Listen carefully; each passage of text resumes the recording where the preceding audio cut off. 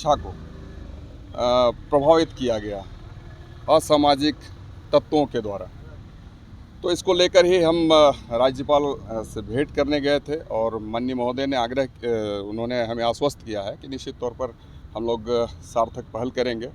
और उसमें जो मामला था कहीं ना कहीं काफ़ी गंभीर है। यहाँ की जो सरकार है, सरकार भी नहीं चाहती है कि हम इस विषय को बेहतर तरीके से जांच करवाएं, क्योंकि सरकार ने कहीं ना कहीं आनन फानन में एसआईटी का गठन किया और एसआईटी में डीएसपी स्तर के पदाधिकारी को नियुक्त किया जो कि उसका सपोर्ट करे। तो हम समझते हैं कि ये जो एसआईटी का गठन किया गया है तो ये महज खानापूर्ति है और इस पर जो पदाधिकारी होने चाहिए वो डीजी स्तर के पदाधिकारी होने चाहिए, जो कि यहाँ के डीएसपी के स्तर के पदाधिकारी हैं। और फिर जो ईडी जो इसमें इन्वॉल्व हुई है, केंद्र के द्वारा जो इन्वॉल्व किया गया है, आने वाले दिनों में ये देखने को मिलेगा। तो ईडी को सरकार का कभी सहयोग मिला नहीं है, जैसा कि हम लोग देखे हैं, वर्तमान समय में हम लोग देखते भी हैं। तो आने वाले दिनों में ईडी का बेहतर सहयोग मिले सरकार का, और ताकि ईडी बेहतर काम कर सके। और चूँकि इतना ज़्यादा इस पर विवाद बढ़ा, लोगों में काफ़ी आक्रोश पैदा हुआ। यहाँ पर तो छात्रों ही नहीं, छात्र के जो अभिभावक हैं उनमें भी आक्रोश भरा हुआ है। यहाँ की जो कार्यशैली है जेएसएससी के द्वारा, चाहे जेपीएससी के द्वारा, आप जानते ही होंगे जेपीएससी ये भी हमेशा विवादों में घिरी रही है। प्रथम और द्वितीय का जो इनका एग्ज़ाम हुआ था उसकी जांच सीबीआई के द्वारा की जा रही है।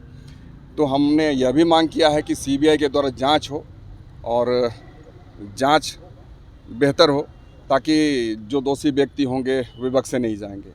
और एक जो हमारी डिमांड थी वो थी कि जो हमारे जो बच्चे 31 जनवरी को जो प्रदर्शन कर रहे थे जेएसएससी कार्यालय के बाहर में, चूँकि आक्रोश भरा हुआ था, कोई भी प्रदर्शन करेगा, किसी के भविष्य के साथ खिलवाड़ होता है, कोई भी व्यक्ति आंदोलन करने को बाध्य होगा। तो जो बच्चों के अगेंस्ट में एफआईआर दर्ज किया गया है उस एफआईआर को वापस लिया जाए। ये हमारे एक मामले थे जेएसएससी के, जो कि सबसे गंभीर मामला था। और दूसरा जो हमारे विधानसभा क्षेत्र से संबंध रखता है, हमारे विधानसभा में प्रतिवर्ष हाथियों के द्वारा हमारे यहाँ के जो लोगों का मारना होता है, हाथियों के द्वारा मारे जाते हैं। हम तो कहें कि उग्रवादी गतिविधियों में जितने लोग मारे नहीं जाते हैं उससे कहीं ज़्यादा हाथियों के द्वारा मारे जाते हैं। हाथियों के द्वारा हमारे ग्रामीणों का फसल नष्ट किया जाता है, हाथियों के द्वारा हमारे घर नष्ट किए जाते हैं, लोगों को मारे जाते हैं। और हम आपको बता दें कि विगत 3-4 महीनों में हमारे विधानसभा में हाथियों के द्वारा 5-5 लोगों की मृत्यु हुई है।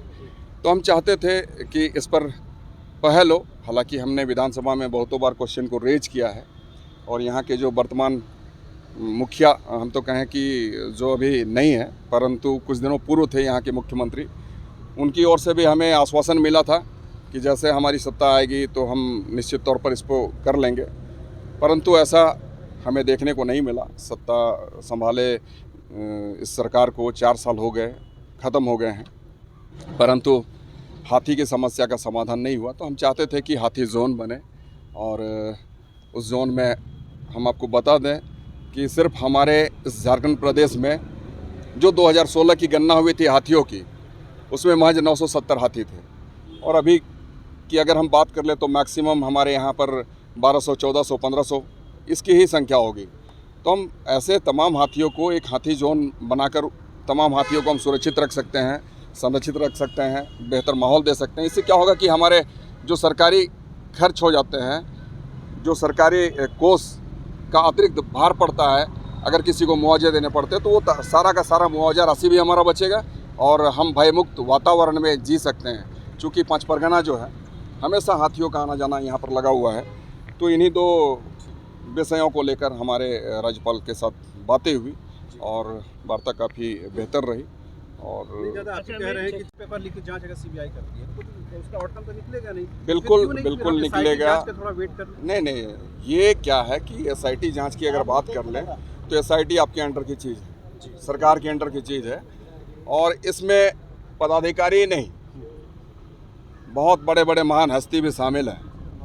तो अगर आने वाले दिनों में एसआईटी ही जांच करेगी तो उन्हीं पदाधिकारी और कर्मियों तक ही सिमट कर रह जाएगी और अगर सीबीआई के जिम्मे सौंपा जाता है तो निस्संदेह वैसे वैसे बड़े लोग भी आपको देखने को मिलेंगे, उसके चेहरे भी उजागर होंगे और सही मायने में हमारे जो बच्चे हैं झारखंड प्रदेश के, उनके साथ न्याय हो सकेगा। अच्छा अमित जी, अभी जो झारखंड में वर्तमान ये ज़रा राजनीति वाली बातें हैं और हम चाहेंगे आज जब इतना गंभीर मसला चल रहा हो तो ऐसे मुद्दों पर बात करना उचित नहीं होगा।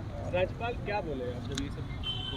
जो राज्यपाल ने कहा कि निश्चित तौर पर हम गवर्नमेंट जो यहाँ की है उनको भी हम हाथी को लेकर भी कहेंगे और ये सीबीआई की जांच कैसे हो इस विषय को भी हम देखते हैं।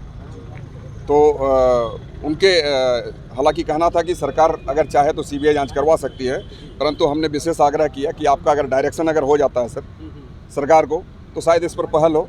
तो सरकार की राज्यपाल महोदय की ओर से ये कहा गया कि निस्संदेह हम इस पर पहल करते हैं, देखते हैं।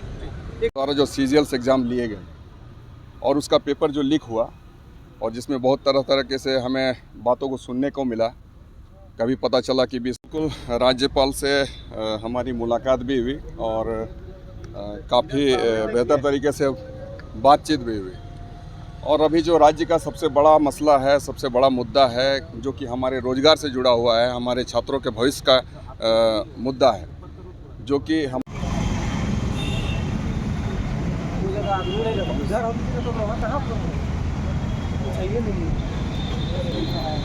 कमलेश बच्चे लोग बोला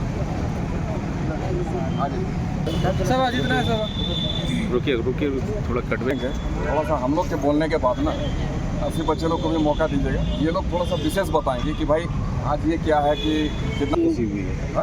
इनकी बेटी फिर से जाकर के फंस गई है। वो वीडियो देख करके आपका नाम लेकर के हमको कॉल किए हैं। वो हमको इस बात के बारे में जानकारी नहीं है। हाँ, अभी जस्ट कॉल आया है मेरे पास। हो गया।